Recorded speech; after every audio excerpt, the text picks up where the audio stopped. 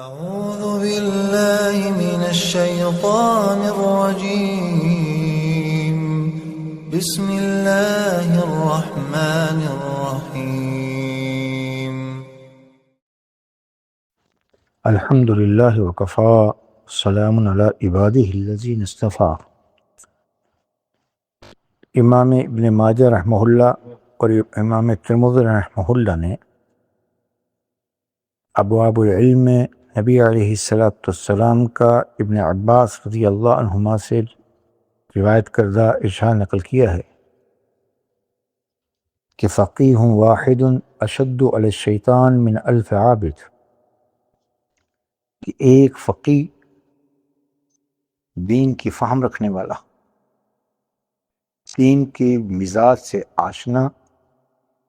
وہ شخص شیطان پر 1000 عابدوں سے زیادہ بھاری ہے۔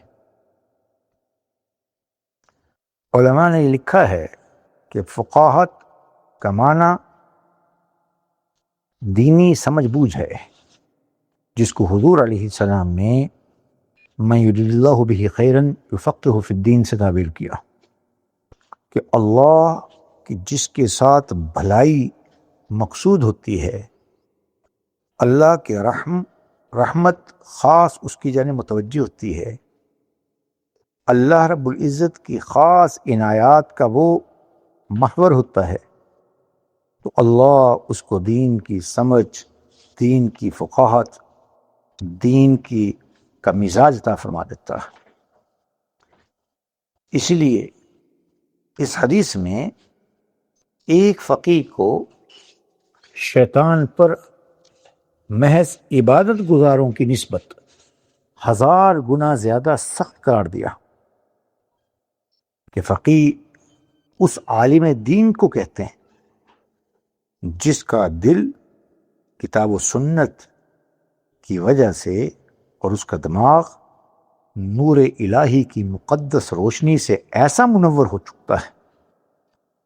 کہ وہ شیطانی مکر سے اللہ کے فضل سے خود بھی محفوظ رہتا ہے اور دیگر لوگوں کو اس کے حملہ سے محفوظ کرنے کی سعی کرتا ہے۔ علامہ طیبی رحمہ اللہ اس حدیث کی شرح میں نقل کرتے ہیں، صاحب مشکات نے نقل کیا، علامہ طیبی رحمہ اللہ شرح مشکات میں نقل کرتے ہیں کہ شیطان انسان کے خواہشات اور اس کے لیے شہوات کا دروازہ کھولتا رہتا ہے۔ عالم دین اس کے مکر کو جانتا ہے، اس لیے وہ اس کے مکر سے محفوظ رہنے کی کوشش کرتا، اور اس کے مکر سے اگر بالفرض تھوڑا متاثر بھی ہو تو استغفار اور اعمال صالحہ سے اپنے اعمال کی کمی کو دور کر لیتا، جبکہ عابد شیطان کے اس جال میں پھنستا چلا جاتا اور اسے معلوم بھی نہیں ہوتا کہ یہ شیطانی مکر و فریب ہے۔ اس لیے کسی اللہ والے نے کیا بہترین الفاظ کہے ہیں کہ تفقہ فإن الفقہ افضل قائد الی اللہ والتقوی اعدل قاصد، کہ علم فقہ سے متصف ہو جاؤ، علم فقہ ضرور حاصل کرو، کیونکہ اس سے اعمال صالحہ کی توفیق و تقوی کی سعادت نصیب ہوتی ہے۔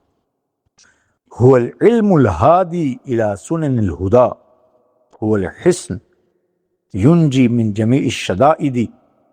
کہ یہ ایسا فقہ سے ہدایت کی راہیں فقیہ پر کھلتی ہیں، اور یہ ایسا مضبوط قلعہ ہے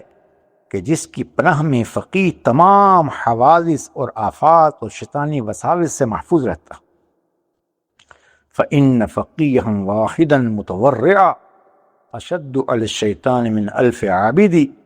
کہ ایک تقوی والا فقیہ شیطان پر 1000 عابدوں کی نسبت زیادہ بھاری ہے۔ لہذا حلال و حرام کو جاننا اور دینی مزاج سے اپنے آپ کو متصف کرنا، یہ شریعت کی منشا اور یہی شریعت کی چاہت ہے، اور اس کے لیے اپنے آپ کو فارغ کرنا کہ یہ علم کسبی ہے، علم دین علم کسبی ہے، کسب اختیاری ہے۔ جب انسان اختیاری پر عمل کرتا ہے پھر اللہ علم لدنی، علم وہبی عطا فرماتے ہیں۔